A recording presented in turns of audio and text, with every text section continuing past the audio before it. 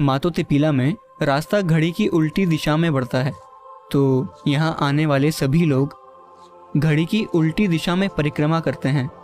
क्या इसका उन पर कोई नेगेटिव असर पड़ता है?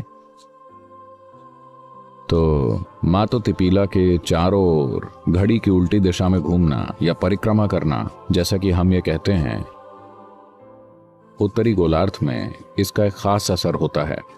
और हम किसी शक्तिशाली स्थान के चारों ओर घड़ी की उल्टी दिशा में जाने के लिए मना इसीलिए करते हैं क्योंकि हो सकता है आपको शक्ति मिल जाए, लेकिन सवाल यह है कि क्या आप उसे संभाल पाएंगे।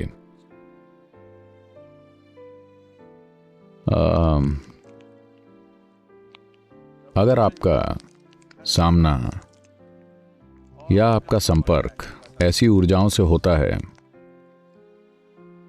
तो आप में एक खास स्थिरता होनी चाहिए, एक खास लेवल का स्थिरत्व होना चाहिए, नहीं तो सबसे पहले आपका सामना तरह तरह के भयंकर रूपों से होगा। आप देखेंगे कि तिब्बती बौद्ध धर्म भी ऐसे भयंकर रूपों की बात करता है जिनसे उनका अपनी साधना के दौरान सामना होगा। और भारतीय तांत्रिक विज्ञान भी उन भयंकर रूपों की बात करता है जिनसे आपका सामना होगा और कैसे आपको इससे जरा भी ठिठके बिना गुजरना पड़ता है।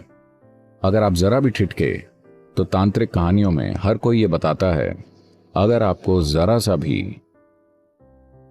यानी थोड़ा सा भी झटका अपने सिस्टम में लगता है तो आप खून की उल्टी करते करते मर जाएंगे। हमेशा ये खतरा रहता है कि अगर आपने छिन्नमस्ता जैसा कोई भयानक रूप देखा और अगर आप ठिठक गए तो आप खून की उल्टी करते करते मरेंगे। ये एक आम प्रचलित कहानी है। तो ऐसी विशुद्धि ऊर्जा के चारों ओर यूं घूमना, जो कि शिव के गले का प्रतीक मानी जाती है, जो कि जमा हुए जहर का एक प्रतीक है, और अगर ये गलत दिशा में घूमी तो खून की उल्टी होना एक स्वाभाविक नतीजा हो सकता है। मुझे नहीं मालूम अगर मूल अमेरिकी संस्कृति में ऐसी कहानियां या किंवदंतियां हैं जो असफल हो गए दवाई वाले आदमियों के बारे में ऐसी चीज़ों की बातें करती है जो कुछ हासिल करने गए और वो खून की उल्टी करके मर गए क्योंकि विशुद्धि गले में है। अगर ये बिगड़ गई तो ऐसा ही होगा।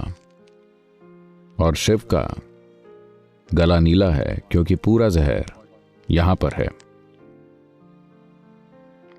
जहर या विष को सिर्फ मार देने वाला ही नहीं समझना चाहिए। सांप या दूसरे विषैले जीव अपने अंदर जहर लिए घूमते हैं क्योंकि वही उनके जीवन का आधार है, उनका भोजन, उनका भरण पोषण, और यही उनका अस्तित्व है। बात बस इतनी है कि दूसरे जीव उसे संभाल नहीं पाते। बस इतनी सी बात है।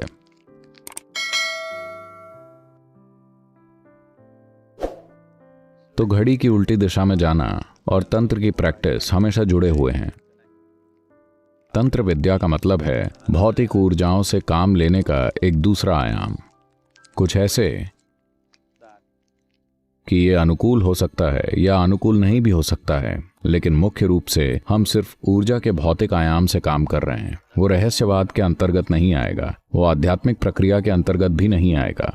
तो घड़ी की उल्टी दिशा में किसी भी शक्तिशाली स्थान के इर्द गिर्द घड़ी की उल्टी दिशा में घूमना मूल रूप से उस बारे में है।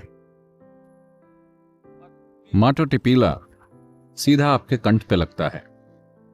इसका झुकाव तीव्रता से, जबरदस्त तीव्रता के साथ विशुद्धि की ओर है, लगभग शिव के कंठ की तरह। जो कोई भी मातो तिपीला के आसपास रहा, उसकी विशुद्धि का सक्रिय होना, दिव्यदर्शी खोज या विजन क्वेस्ट की ये पूरी परंपरा बस मातो तिपीला के इस एक आयाम की वजह से बन सकी। ऐसे पारंपरिक वैद्य थे जो अपनी विशुद्धि की शक्तियों का आनंद लेते थे, इतना कि हर कोई उनसे डरता था। जहां पर भी विशुद्धि है, वहां स्वाभाविक रूप से बिना शरीर वाले जीव एकत्रित होंगे।